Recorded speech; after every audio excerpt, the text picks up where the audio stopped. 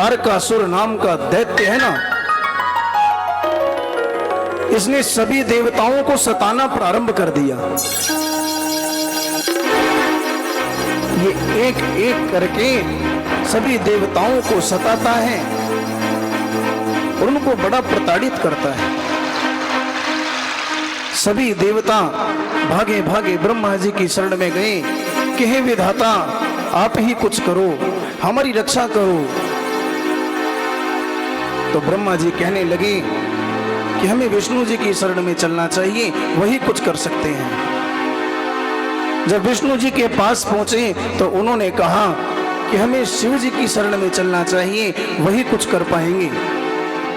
तो सभी देवता ब्रह्मा विष्णु इंद्र आदि सभी देवता भोले बाबा की शरण में पहुंच गए हैं। भोले बाबा की स्तुति कर रहे हैं, लेकिन अंदर जाने की किसी की भी हिम्मत नहीं हो रही है। और देखो ये जो अग्नि देवता है ना, देवताओं ने अग्नि से कहा कि हे अग्नि देव, आप अंदर जाओ, जाकर के भोले बाबा को याद दिलाओ कि एक तारकासुर नाम का दैत्य है, हमें उसका भी वध करना है और उसका वध केवल आपका पुत्र ही कर सकता है। जाओ, जाकर याद दिलाओ। और अग्नि देवता ने देखो, जहां पर भोले बाबा कुटिया में बैठे हुए हैं ना, उसका दरवाजा भी नहीं बजाया और सीधा अंदर प्रवेश कर गए। और देखो, हर कथा से हमें कुछ ना कुछ सीख मिलती है, समाज के लिए भी। कहते हैं किसी के भी यहां जाए ना, पहले दरवाजा बजा लेना चाहिए, फिर अंदर जाना चाहिए। बिना दरवाजा बजाए, आवाज लगाए किसी के घर में प्रवेश नहीं करना चाहिए। क्या पता कौन कैसी अवस्था में बैठा हो, क्या कर रहा हो।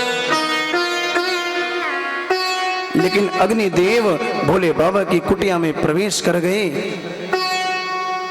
और जैसे ही भोले बाबा ने देखा कि अग्निदेव यहां पर आए हैं, तो भोले बाबा खड़े हुए। तभी उनका जो तेज है वो पृथ्वी पर गिरने ही वाला था। अगर वो तेज पृथ्वी पर गिर जाता तो प्रलय आ जाती। अग्नि देवता ने एक कबूतर का रूप धारण किया, कपोत बन गए और अपनी चोंच से भगवान शिव जी के तेज को धारण कर लिया और उड़ने लगे। उड़ करके कुटिया से बाहर निकलने लगे। पार्वती जी ने देख लिया कि ये तो अग्निदेव हैं। तो पार्वती जी ने सभी देवताओं को श्राप दे दिया कि हे देवताओं, आपने हमारे विहार में भी हस्तक्षेप किया है। मैं तुम्हें श्राप देती हूं कि सभी देवताओं की स्त्रियां बंध्या हो जाएं और सभी को बड़ा दुख प्राप्त हो।